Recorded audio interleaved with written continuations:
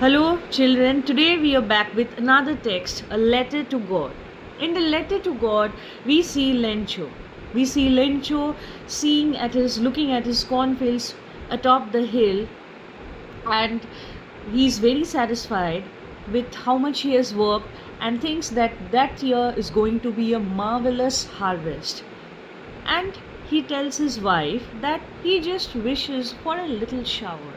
And fortunately, it starts raining. And he compares the raindrops to new coins. The bigger one says 10 cents and the smaller one says 5 cents. So why does he compare that? Because he's super happy and good harvest means money and good food for the children. But then it starts raining hailstorms. He calls them frozen pearls, but it's devastating. He's devastated. It rains straight for 1 hour. Everything is devastated. He says that the insects could have come and destroyed it and it would have lasted more.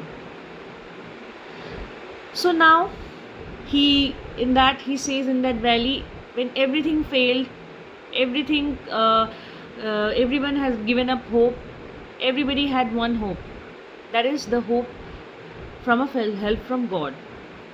So he doesn't wait.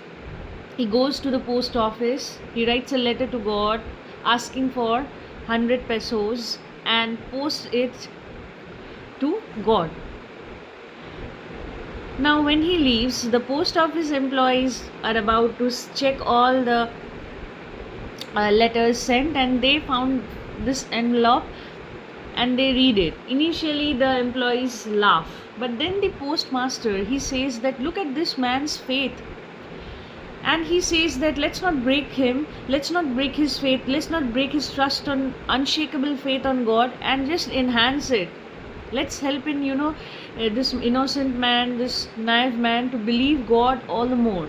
And they collect whatever amount they can, though they cannot make up to 100 pesos, and they collect it and they give it to, they again write a letter because they don't want to break the trust of Lencho, rather they want to enhance it. So they write, the post office postmaster, he sends puts the money and he writes us God, on behalf of God. So then Lencho returns the next day and he sees the letter and he opens it and he's very disappointed. Everyone sees a frown on his face, and he writes again a letter. Now the post office employees, they are very happy and satisfied that they could help this man when he was in times of need.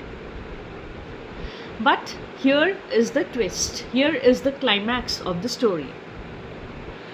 While he goes away, these people, they start opening the letter and they see that he has written that thank you God for helping me. I knew that you are never going to turn me away because I've always believed in you this, and but I'm very sad that you sent through this people, bunch of crooks who have stolen my money. They have not given me the entire money.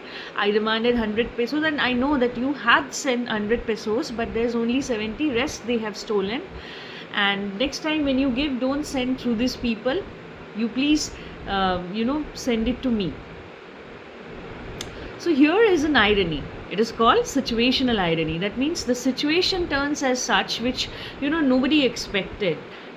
Everybody expected that he would be thankful, grateful, but rather than relying on people, he trusts divine benevolence more.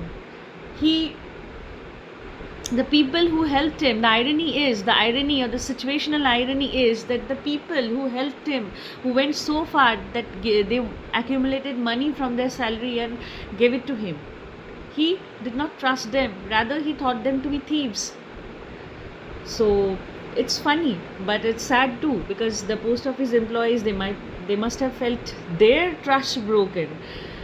So the problem lies with Lencho, if we say the character, that he is a very good man, he is an Oxofen man, that means he has worked very hard for the harvest, but he trusts God so much that he forgets that human, the ones with whom he is living, can also be trusted, can also be good. He has no trust for them. He can only work very hard. If that gives him good yield, good harvest, good. Otherwise, he trusts God. And there, the name justifies itself, a letter to God. So, if you have any questions or you want further discussions of different themes from this chapter, please comment in the comment box. Thank you. Bye for now.